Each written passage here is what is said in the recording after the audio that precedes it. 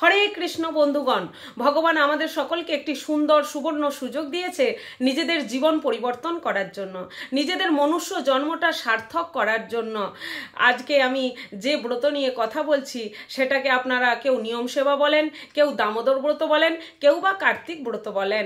যারা নিয়ম সেবা হিসেবে পালন করে তারা দুর্গাপুজোর যে দশমী হয় তার পরের দিন যে পাশাঙ্কুশা কিংবা পাপাঙ্কুশা একাদশী হয়, সেই পাপাঙ্কুশা একাদশী থেকে উত্থান একাদশী পর্যন্ত এই ব্রত পালন করেন। এবং যারা দামোদর ব্রত হিসেবে বলেন তারা কোজাগরী পূর্ণিমা থেকে রাস পূর্ণিমা পর্যন্ত 1 মাস যাবৎ এই ব্রত পালন করেন।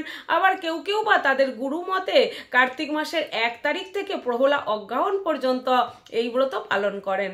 তিনটাই শাস্ত্রসম্মত, যার যেমন সুবিধে হবে সে সেই মতো এই ব্রত পালন করবেন।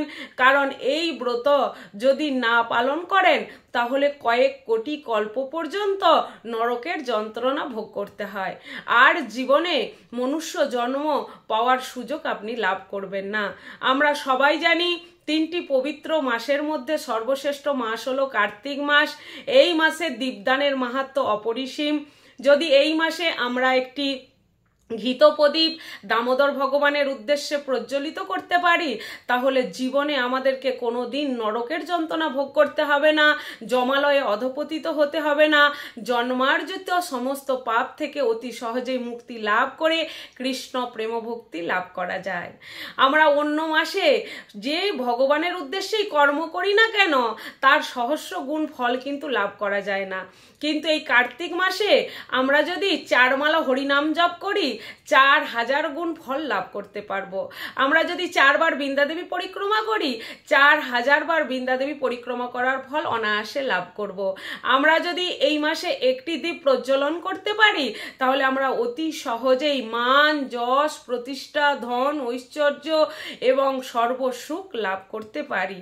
এবং এই মাসে যদি আমরা একটু নিষ্ঠা ভক্তি সহকারে ভগবানকে ভালোবাসতে পারি, ভগবানের সেবা অর্চনা করতে পারি, ভগবানের সেবা করতে পারি, তাহলে আমাদের মনুষ্য জন্মটাই অতি সহজে সার্থক হয়ে যায়, যেটা অন্য মাসে ভগবান এই সুযোগ ভক্তবৃন্দকে দেয় না তার এতটা সান্নিধ্যে আসার।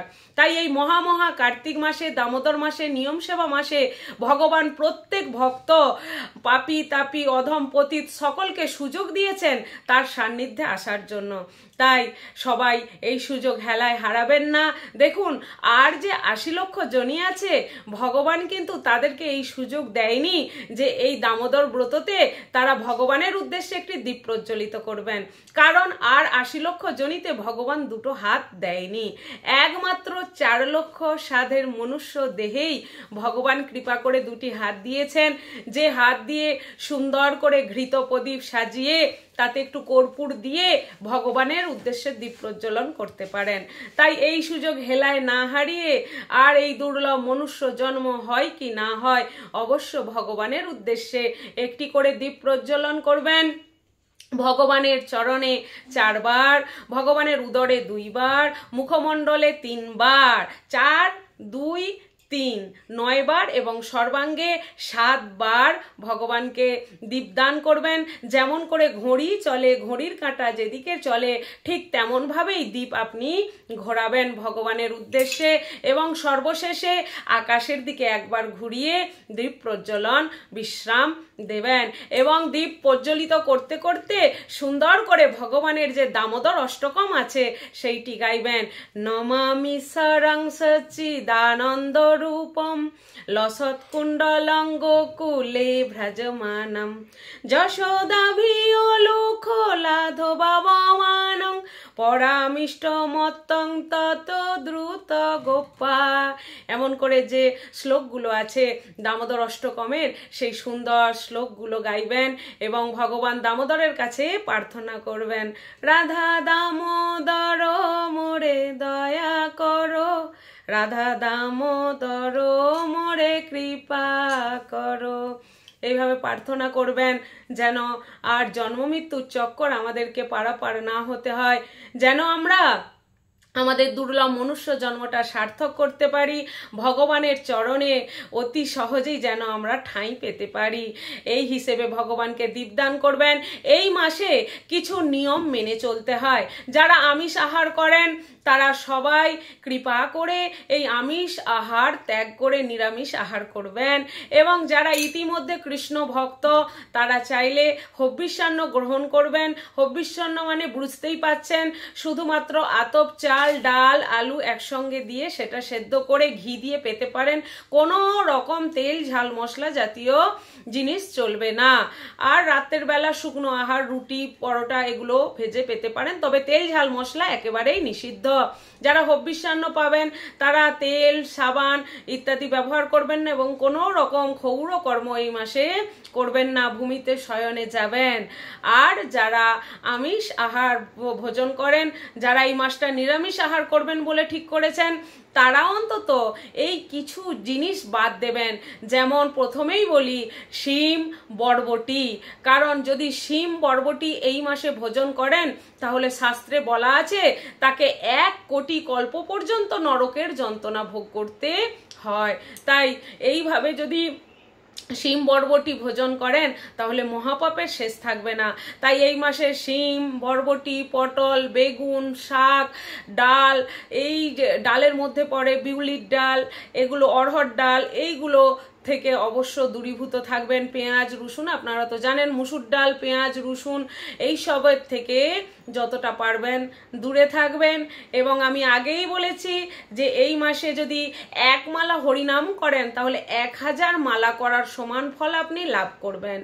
এবং সর্বাগ্যে এই মাসে আপনাকে সংকল্প করতে হবে, ব্রহ্ম মুহূর্তে যদি শয্যা ত্যাগ করে যদি ব্রহ্ম মুহূর্তে স্নান করতে পারেন, শুধুমাত্র স্নান, তাহলে ব্রহ্ম মুহূর্তে যদি স্নান করেন তার ফলে আপনি সহস্র সহস্র গাভীদানের ফল বাড়িতে বসেই অতি সহজে লাভ করতে পারবেন। তাহলে দেখতে পাচ্ছেন এই মাস কতটা পরম পবিত্র। তাই সবাই ভোরবেলা ব্রহ্ম মুহূর্তে শয্যা ত্যাগ করে স্নান আদি করে বাড়িতেই যে চিত্রপট আছে তার কাছে গিয়ে মঙ্গল আরতি করবেন, কিংবা দীপদান করতে পারেন। বেশি বেশি করে বৃন্দা দেবী পরিক্রমা করবেন এবং ভগবানের দ্বাদশ স্কন্ধের দ্বাদশ অধ্যায় পাঠ করবেন। তাছাড়া গজেন্দ্র মুখ পাঠ করতে পারেন, গীতা পাঠ করতে পারেন, এবং সাধু সঙ্গে সৎসঙ্গে যেতে পারেন, এবং বেশি বেশি করে হরি কথা, ভাগবত কথা শ্রবণ করবেন, ভগবানের লীলা কথা শ্রবণ করবেন, এবং দামোদর অষ্টকম, জগন্নাথ অষ্টকম এবং রাধা কৃপা কটাক্ষ এইগুলি নিত্য নিত্য পাঠ করতে পারেন। তাহলে অতি সহজেই ভগবানের কৃপা লাভ করতে পারবেন। এটা হলো ডিসকাউন্টের মাস। এই মাসে ভক্তি অতি সহজে, অতি ডিসকাউন্টে এবং অতি সুলভে পাওয়া যায়, যেটা অন্য মাসে এই সুযোগ সুবিধা ভগবান আমাদেরকে দেয় নাই। তাই এই সুযোগ সবাই কাজে লাগিয়ে, এই সুযোগ হেলায় না হারিয়ে সবাই ভগবানকে খুশি করার চেষ্টা করুন। কারণ এই পৃথিবীতে আসার একমাত্র উদ্দেশ্য হলো কৃষ্ণ ভজন। কৃষ্ণ ভজিবার তরে সংসারে আইনু। এই সংসারে ভগবান আমাদেরকে মনুষ্য জন্ম দিয়ে পাঠিয়েছে একমাত্র কৃষ্ণ ভজন করার জন্য। তাই যদি এই জন্ম হেলায় হারান তাহলে আর কোনোদিনও এই মনুষ্য জন্ম হবে না। তাই এই জন্মটা পেয়েছি, এই জন্মটা হেলায় না হারিয়ে চলুন আমরা সবাই মিলে এই দামোদর ব্রত সুন্দর করে পালন করি এবং অপরকে অনুপ্রাণিত করি এই দামোদর ব্রত পালন করার জন্য। হরে কৃষ্ণ বন্ধুগণ, আজকের মতো এই ভিডিওটি ঠিক এতখানি। পরের দেখা হচ্ছে আবার পরের ভিডিওতে। ততক্ষণ পর্যন্ত আপনারা সুস্থ থাকুন, ভালো থাকুন। হরে কৃষ্ণ।